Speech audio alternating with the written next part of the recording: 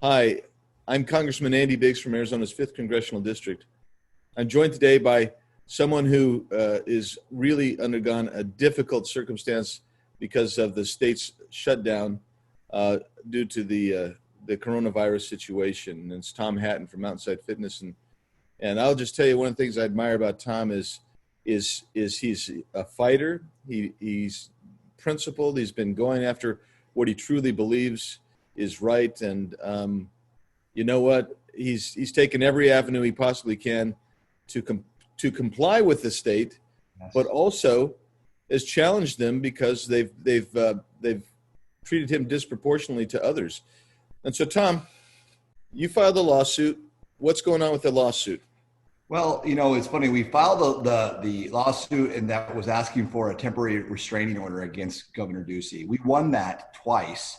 But in that lawsuit, the judge said that the governor needed to provide a pathway for all fitness centers to open up. Without that lawsuit, there would never have been even a pathway. So it took the lawsuit, and actually the governor challenged the ruling and asked for him to reverse it, and the judge said no.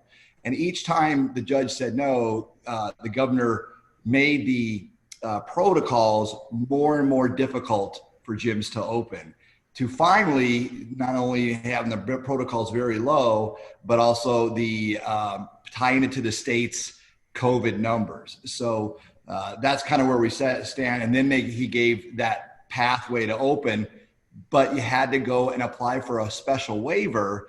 And that waiver was subjective based on the discretion of the Arizona Department of Health.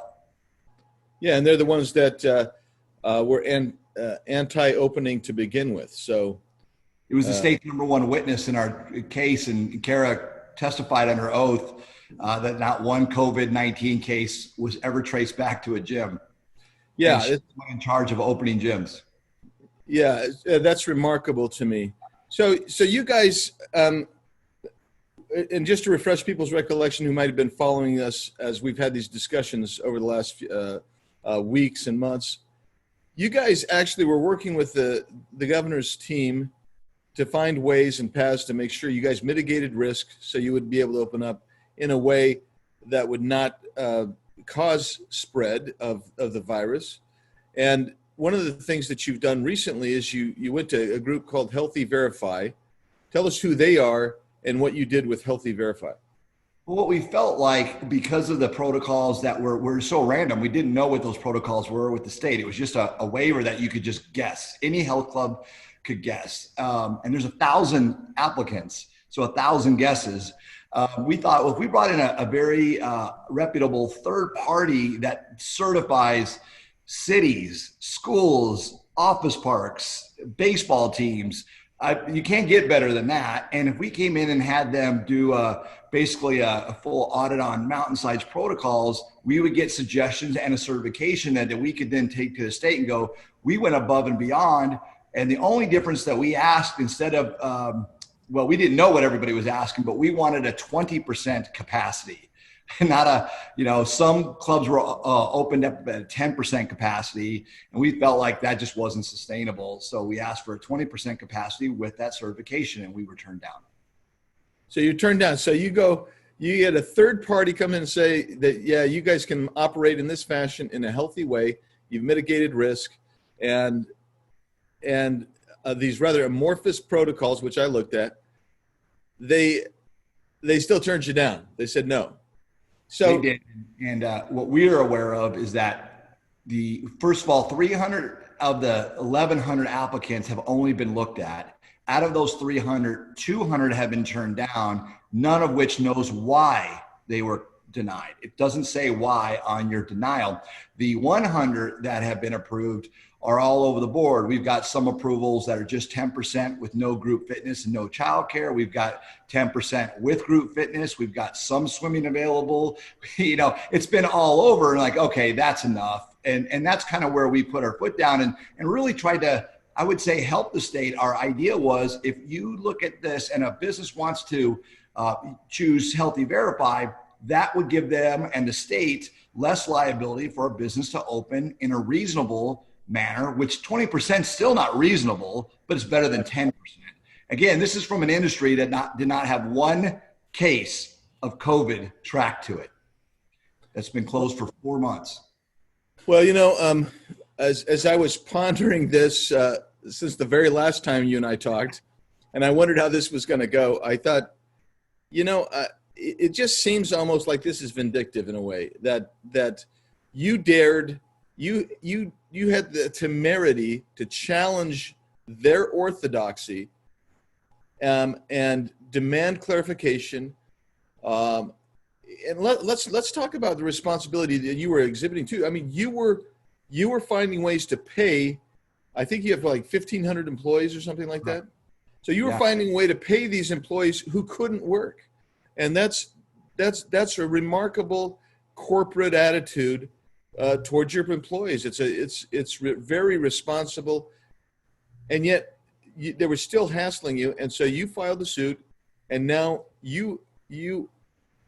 I don't know if it's tough to say you're singled out when they're basically shutting down your industry, but you personally with Mountainside, what's going on? Is this a payback for having dared to challenge the orthodoxy of the Department of Health Services? Well, I think, it's hard to say that out loud, and I'm sure the other side will, of course, never say that, and they'll say it's in the name of COVID and all that. And that's where I came back and said, well, you shut an industry down without proof. You kept doing it. You wouldn't communicate to anybody, and that's all we wanted and deserved in this. But if you look at it and say, okay, after we won the stay order, the governor then transferred all the liability or all the responsibility to the Arizona Department of Health. Now, if you look at, which takes my suit away from him and puts it on whatever the Arizona Department of Health does, that's now the lead point in this. Every decision that the governors had to do, he's transferred to somebody else. For example, there was never a state mandate mask. He transferred that policy to the city mayors. There's never been a mandate for the schools. He transferred all that to the school superintendent, quoting, "They know best how to deal with this." In our case, obviously the state believed they knew best until they lost the stay, and then he transferred it to the Arizona Department of Health, saying, well, they know best, and then they can arbitrarily, subjectively choose who opens and who doesn't. So at this point, it's been a lot. It's been frustrating because now the state's leading witness that stated that there wasn't any COVID is in charge of all the openings and closures of all the gyms, which is really ironic to say the least. And you're talking about Dr. Chris, right? Yes. Yeah. I'll just throw this a little gas into the fire. So this Arizona Speaker of the House, Rusty Bowers, said the other day he would like to see some additional voices besides Dr. Chris. And I can tell you, I've got a list of docs from around the country who are experts on this. One of them now sits on the coronavirus task force, Dr. Scott Atlas, and these people are experts, and they've been dealing with this, and there's no vindictiveness in them. I've actually offered my list to the Speaker of the House so that he might suggest forward, because it seems to me that what's happened here is the legislature delegated some authority to the governor. I think they delegated too much authority. I think it's unconstitutional, an unconstitutional delegation. The governor now is delegated, as you say, strictly to Dr. Chris, and that's so much power wrapped into one individual that it's really, in my opinion, it leaves the realm of a free state anymore and moves to kind of a dictatorial type of authoritarian presence. So what's the next steps for you, Tom? What are you doing now? Well, the next step is we sent out a pretty detailed press release, and it took a long time for me to write that. That was a hard write up because it really was trying to explain a lot and what our next decision was going to be, and that decision's been very, very difficult. But it was that we were going to open under the protocols of Healthy Verify, and we were going to do that tomorrow, Thursday at 4:30.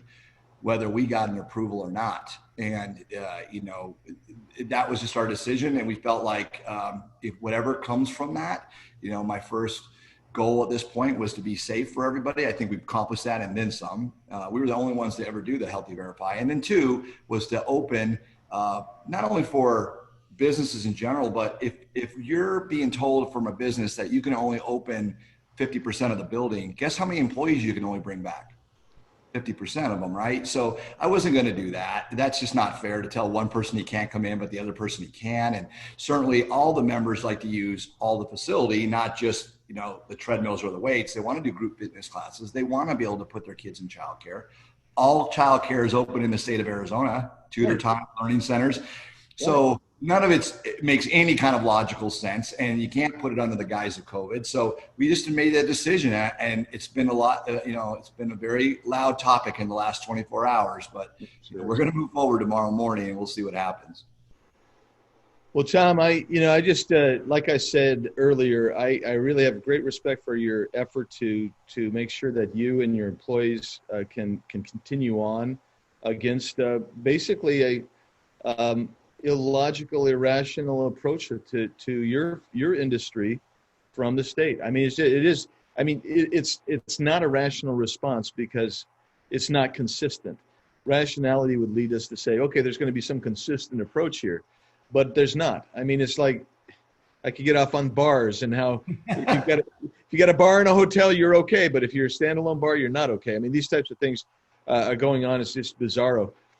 But I wish you Godspeed, good luck, and we'll have to check in with you again. And I pray that you're able to open up without the hassle of the state, and that your customer base can get back, your employees can get back to work, and you guys can do what you guys do best, which is helping people be healthy.